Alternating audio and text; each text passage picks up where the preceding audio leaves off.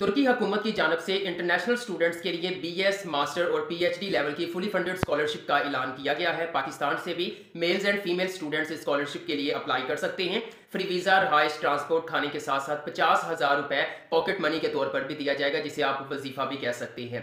इस स्कॉलरशिप में तीनों लेवल्स के तकरीबन 1325 प्रोग्राम्स को शामिल किया गया और जो लिस्ट मैंने देखी है, मुझे नहीं लगता कि कोई ऐसा प्रोग्राम हो जो रह गया हो। तकरीबन तमाम प्रोग्राम्स को शामिल किया गया है।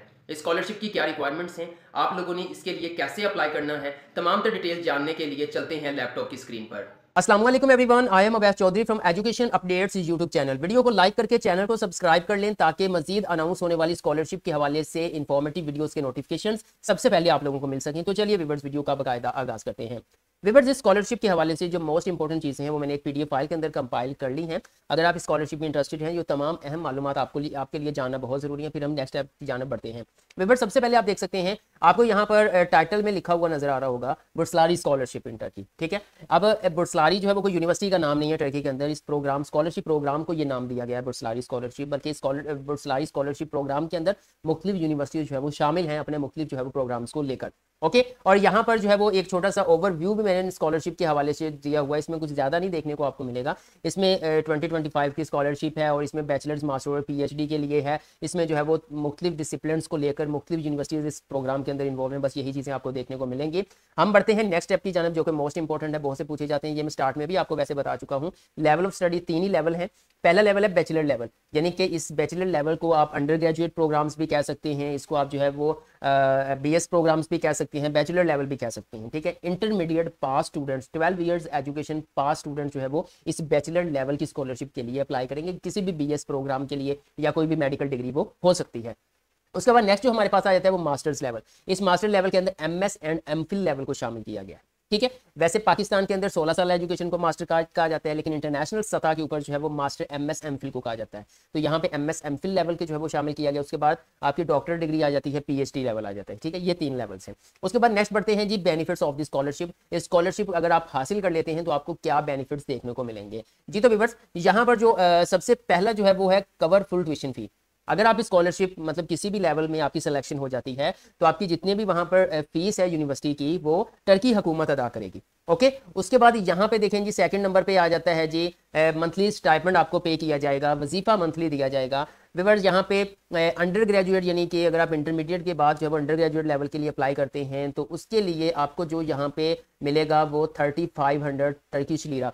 ये टर्की की जो है वो करेंसी की बात कर रहा हूँ, टर्किश लीरा, जो कि पाकिस्तानी जो है वो तकरीबन 30,000 रुपये बनेंगे। और पीएचडी लेवल वालों के 6500 हैं, वो तकरीबन 54,000 रुपये बनेगा और ये 5,000 हैं। ठीक है, यानी कि 3500 Turkish lira under graduate level को दिए जाएंगे, 5,000 टर्किश लीरा मास्टर्स लेवल को दिए जाएंगे और 6500 टर्किश लीरा पीएचडी लेवल को दिए जाएंगे।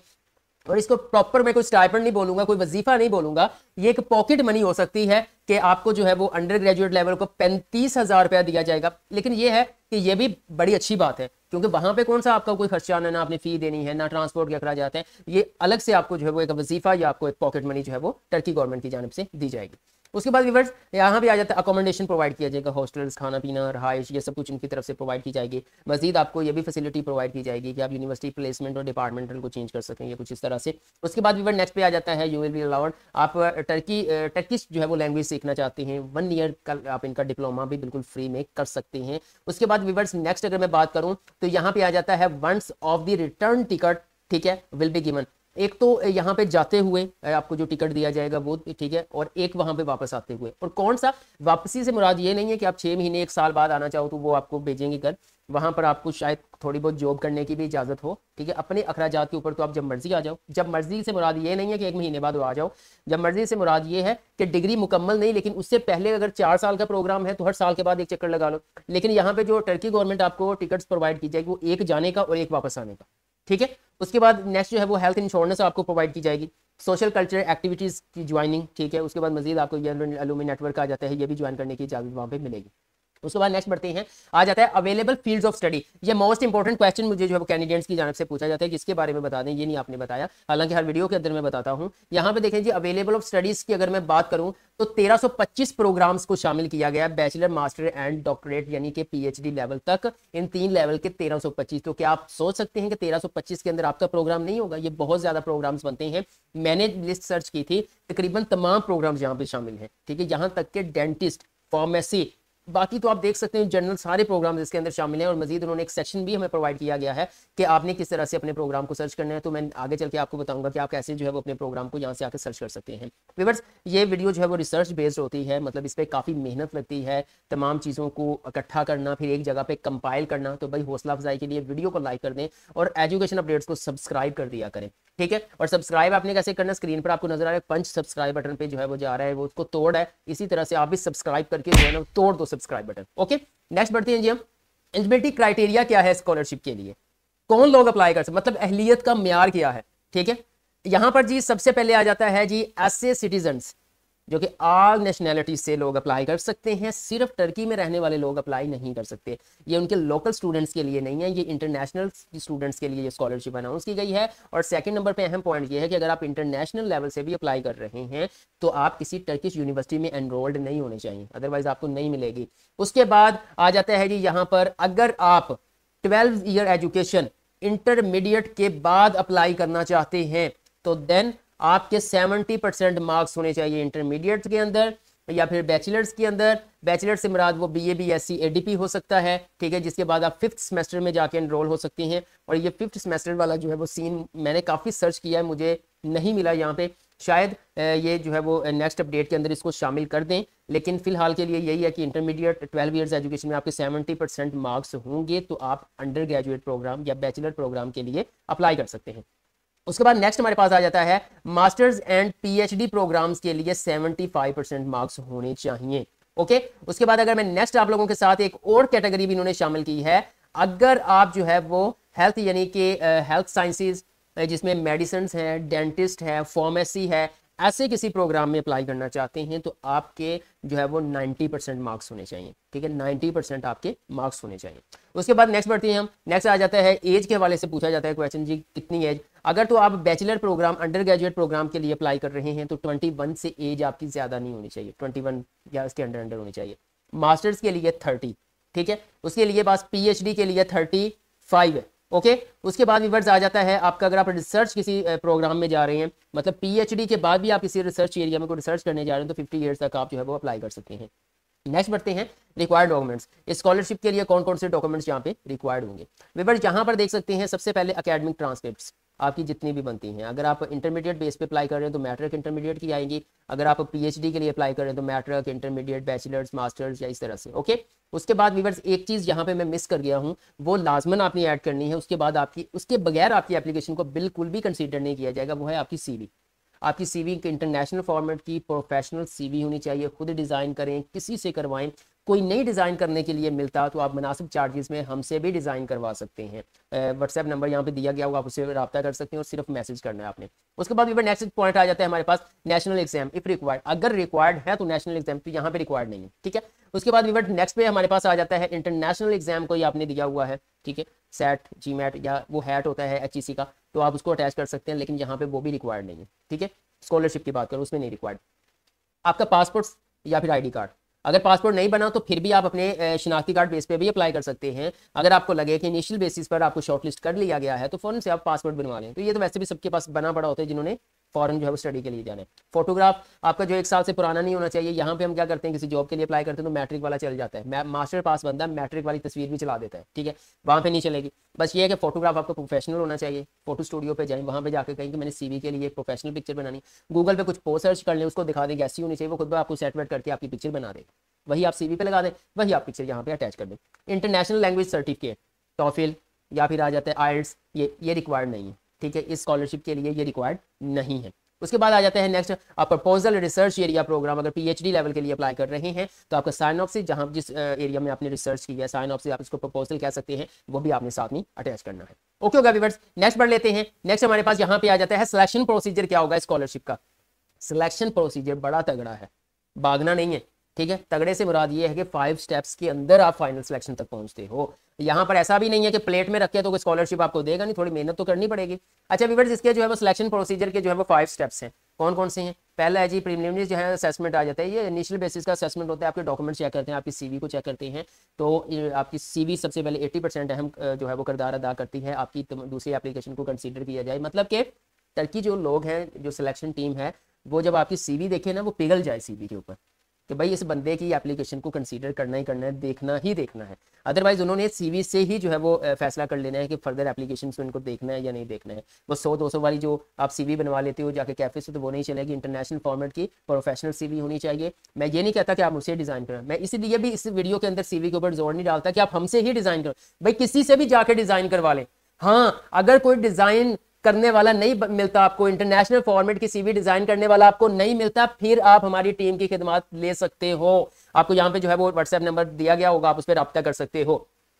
आपका जो है इनिशियल स्टेज पर ये होगा, डॉक्यूमेंट्स चेक होंगे। उसके बाद आपको जो है वो सेकंड फेज के लिए आपकी एक्सपर्ट एवोल्यूशन, उनकी जो टीम होगी वो आपके डॉक्यूमेंट्स को मद्देनजर रखते हुए ये फैसला करेगी कि आपको टेस्ट या इंटरव्यू के लिए शॉर्टलिस्ट किया जाएगा या नहीं। अब एक्सपर्ट एवोल्यूशन के अंदर आपके एकेडमिक रिकॉर्ड हो सकता है, आपकी एकेडमिक अचीवमेंट्स हो सकती हैं, आपकी कोई प्रोफेशनल या कोई आपके जो है वो प्रोफेशनल जो लाइक होते हैं डिप्लोमा या सर्टिफिकेशन जो होती हैं वो हो सकती है, आपका स्टडी गोल हो सकता है, स्टडी प्लान हो सकता है, आपके फ्यूचर के गोल्स हो सकते हैं। आपको सेलेक्ट करने के बाद टर्की गवर्नमेंट को कैसे फायदा हो सकता है, कुछ ऐसी चीजें भी देखी जा सकती हैं। इन तमाम चीजों को मद्देनजर रखते हुए फैसला किया जाएगा आपको टेस्ट या इंटरव्यू में शॉर्टलिस्ट किया जाना है या नहीं। ओके होगा व्यूअर्स। उसके बाद नेक्स्ट आपके पास आ जाएगा टेस्ट एंड इंटरव्यूज। अब आप कहेंगे जी टेस्ट भी होगा? बिल्कुल टेस्ट होगा। किनका? अंडर ग्रेजुएट प्रोग्राम के लिए जो अप्लाई करेगा। जो इंटरमीडिएट के बाद स्टूडेंट्स अप्लाई करेंगे बैचलर प्रोग्राम के लिए, उनका टेस्ट कंडक्ट किया जाएगा। टेस्ट के अंदर 30 एमसीक्यूज दिए जाएंगे। वो 30 एमसीक्यूज आपके ज्योमेट्री, आपके एनालिटिकल वर्बल रीजनिंग के लिहाज से होंगे। 30 एमसीक्यूज के लिए 60 मिनट्स का टाइम दिया जाएगा और ये टेस्ट सिर्फ अंडर ग्रेजुएट लेवल पर जब अप्लाई करेंगे उनका ही होगा। मास्टर यानी एमएस, एमफिल या पीएचडी वालों का डायरेक्ट इंटरव्यू होगा। और आपका वो टेस्ट कैसा होगा वो मैं आपके साथ सैंपल शेयर कर देता हूं। ये देखें, इस तरह का टेस्ट होगा। ये देखिए 30 एमसीक्यूज होंगे, ठीक है। अब ये टेस्ट फिजिकली भी कंडक्ट किया जा सकता है, ये टेस्ट आपका ऑनलाइन भी कंडक्ट किया जा सकता है। सैंपल आपको चाहिए व्हाट्सएप पे मैसेज कर दीजिएगा, मैं आपको ये सेंड कर दूंगा। ओके, अब कैसे? यहां पे जी मैं आ जाता हूं और यहां टेस्ट एंड इंटरव्यू। टेस्ट कैसे फिजिकली कंडक्ट होगा वो आपको जो है वो इन्फॉर्म कर देंगे कि हमारी टीम आ रही है और सदारती वफूद हमारे जो प्रेसिडेंट हैं उनकी जो टीम वो तश्कील देते हैं स्कॉलरशिप के हवाले से, उनके सामने आपका टेस्ट कंडक्ट किया जाएगा। और इंटरव्यू मोस्टली ऑनलाइन ही होता है और फिजिकल भी हो सकता है। शायद अगर ये जो चीज़ें हैं ये आगे जाके जाते जो है स्टेप बाय स्टेप वो अनाउंस करते जाते हैं। बाकी जो यहाँ पे देखा जाए मोस्टली चांसेस हैं ऑनलाइन के ही, ठीक है, क्योंकि इतने कंट्रीज में वो अपनी टीमों को भेजने से तो रहे, बट ये तो 5 साल का प्रोसेस हो जाएगा। इन्होंने तो 6 से 7 मंथ्स के अंदर कंप्लीट करके बच्चे को लेके जाना होता है। इंटरव्यू आपका ऑनलाइन अगर होता है तो 15 से 30 मिनट्स का होगा। सबसे पहले वेलकम एंट्रांस होगा, मतलब आते हो वो कहेंगे इंट्रोड्यूस योरसेल्फ, तो आप मतलब एक अच्छा सा प्रोफेशनल वर्ड्स को इस्तेमाल करते हुए अपना इंट्रोड्यूस अपने को करवाना है। उसके बाद यानी कि आपका 15 मिनट से लेकर मिनिमम 15 मिनट्स मैक्सिमम 30 मिनट्स का आपका इंटरव्यू कंडक्ट किया जाएगा। उसके अंदर आपके जो है वो ओरिजिनल डॉक्यूमेंट्स भी देखे जाएंगे, आपकी अचीवमेंट्स भी देखी जाएंगी, आपके स्टडी प्लान को भी सुना जाएगा। सिर्फ लगा देने से नहीं कि आप किसी से बनवाएं और लगा दें। भाई अगर किसी से बनवा रहे हैं, मिसाल के तौर पर जो लोग मुझसे जो है वो डॉक्यूमेंट्स रेडी करवाते हैं, स्टडी प्लान, फ्यूचर गोल, ये सब कुछ उनके जो मैं सब्जेक्ट को मद्देनजर रखते हुए रेडी करता हूं, तो वो भाई मैं स्टूडेंट के साथ भी शेयर करता हूं, कैंडिडेट के साथ, भाई इसको प्रिपेयर कर लो, इंटरव्यू में यही तो पूछा जाना है आपसे, ठीक है। तो ऐसा नहीं है कि किसी से बनवा के लगा दो, इंटरव्यू में वो पूछे आपको जवाब ही ना आए कि भाई क्या है। देख लें आपका जो स्टडी प्लान है, आपकी जो स्टोरी है स्कॉलरशिप हासिल करने के लिए, अप्लाई करने से लेकर वहां पे लैंड करने तक, टर्की लैंड करने तक आपकी स्टोरी सेम होनी चाहिए। एक भी स्टेटमेंट आगे पीछे हुई खलास आपको स्कॉलरशिप नहीं मिलेगी। वो इन चीजों को बड़ा देखते हैं, डीपली जो है वो इनको एनालाइज करते हैं। इंटरव्यू के बाद जो है वो फाइनल असेसमेंट होगी, मतलब फाइनल सिलेक्शन जो है वो की जाएगी और लिस्टें वगैरह जारी कर दी जाएंगी। उसके बाद व्यूअर्स डेडलाइन क्या स्कॉलरशिप की? स्कॉलरशिप पर जो बुर्सलारी स्कॉलरशिप होती है, फर्स्टली ये कहते हैं जी 10 जनवरी लास्ट डेट है। उसके बाद जो है वो ये मजीद एक महीना एक्सटेंड करके कहते हैं जी 20 फरवरी लास्ट डेट। तो मैक्सिमम 20 फेब 2025 तक जो है आप स्कॉलरशिप के लिए अप्लाई कर सकते हैं। लेकिन एक चीज क्लियर कर दूं, ये वीडियो बनाने का मकसद ये नहीं है कि जाके एनटीएस में जैसे टेस्ट में अप्लाई करते हैं, पीपीएस में तो जाके अप्लाई करना शुरू कर दो, भाई नहीं। इस वीडियो को मैं थोड़ा जल्दी बना रहा हूं, इसलिए बना रहा हूं ताकि आप अपने आप को मेंटली प्रिपेयर कर लो कि स्कॉलरशिप पर अप्लाई करना है। आप अपने डॉक्यूमेंट्स को रेडी कर लो, आप अपने रिकमेंडेशन लेटर्स को रेडी कर लो। रिकमेंडेशन लेटर क्या होता है, रेफरेंस लेटर, रिकमेंडेशन लेटर, ये सब सेम चीजें हैं। ये आप जो है वो अपने, अगर आप एमएस एमफिल के लिए अप्लाई करें तो जहां से बीएस आपने किया या 16 इयर्स एजुकेशन की है तो वहां पे आप एचओडी या फिर लेक्चरर, असिस्टेंट प्रोफेसर वहां से रिकमेंडेशन लेटर बनवा लेते हो। ठीक है, उसके बाद कितने होने चाहिए, वो कहते हैं जी मैक्सिमम 3 अटैच कर दें। ठीक है, जरूरी नहीं है 3 ही करनी है, 2 से भी काम चल जाएगा। एक एचओडी से बनवा लें, एक अपने किसी लेक्चरर से बनवा लें। इंटरमीडिएट पास हैं आप, इंटरमीडिएट, जाहिर बात इंटरमीडिएट तो किसी कॉलेज से की होगी ना, तो कॉलेज के प्रिंसिपल से एक बनवा लें। ठीक है, एक अपना जो आपका टीचर, आपका जो फर्दर सब्जेक्ट स्पेशलिस्ट है जिस बेस पे अप्लाई करो उसके रेलेवेंट किसी टीचर से बनवा लें। अब रिकमेंडेशन लेटर के अंदर क्या होता है ये भी मैं आगे बनाना सिखाऊंगा आपको। ठीक है, लेकिन मैं आपको अगेन बता दूं, वीडियो देखने के बाद फौरन अप्लाई करना शुरू नहीं करना। पहले आप ये चीजें देख लो, आपको रिक्वायरमेंट्स का पता चल गया, सब कुछ पता चल गया। अब आपने इसकी तैयारी करनी है, डॉक्यूमेंट्स रेडी करने हैं। मैं आपको इसका जो है वो वेबसाइट भी दिखाता हूं। आपने यहाँ पे आना है, यहाँ पे आकर आपने अपने गूगल के अंदर आकर सर्च करना है बुर्सलारी स्कॉलरशिप 2025। आपने इस पहले लिंक के ऊपर क्लिक करना है। जैसे ही आप इसके ऊपर क्लिक करेंगे तो विवर्ड इस तरह से आपके सामने आ जाएगा। ये देखें, ये जो 2024 की स्कॉलरशिप हो, इसका रिजल्ट अनाउंस कर दिया फाइनल। आप लिस्टें चेक कर लें, इसके फौरन बाद जो है 2025 का स्टार्ट कर दिया जाएगा प्रोसेस। मतलब हर साल ये देखें, ये स्कॉलरशिप क्या कवर करेगी, एप्लीकेशन अप्लाई कैसे करना है, ये सारी चीजें मैं आपको पीडीएफ फाइल में शेयर कर चुका हूं। अब इंशाल्लाह ताला बहुत जल्द मैं अप्लाइंग प्रोसीजर के ऊपर वीडियो बनाऊंगा कि आपने इस स्कॉलरशिप के लिए कैसे अप्लाई करना है, बल्कि मैं स्टेप बाय स्टेप आप लोगों को अप्लाई करके दिखाऊंगा। व्यूअर्स, आपने जल्दी नहीं करनी है, डॉक्यूमेंट्स रेडी करें, मेंटली प्रिपेयर करें अपने आप को। ठीक है, जैसे ही मैं ये वीडियो बनाऊंगा तो आपको वो वीडियो मिल जाएगी। किनको मिलेगी, जिन्होंने वीडियो को लाइक किया होगा, एजुकेशन अपडेट्स को सब्सक्राइब करके बेल आइकन को प्रेस किया होगा, उनको अप्लाइंग प्रोसीजर की वीडियो सबसे पहले मिलेगी। और जैसे ही मिलेगी आपने मेरे तमाम स्टेप्स को फॉलो करते हुए स्कॉलरशिप के लिए अप्लाई कर लेना है। वीडियो अच्छी लगी है तो लाइक कर दें। अगेन एक छोटी सी रिक्वेस्ट है कि हौसला अफजाई के लिए चैनल को लाजमी से सब्सक्राइब करके बेल आइकन को प्रेस कर दीजिएगा। आज के लिए इतना ही, इंशाल्लाह नेक्स्ट वीडियो लेकर दोबारा हाजिर होऊंगा। तब तक के लिए अल्लाह हाफिज।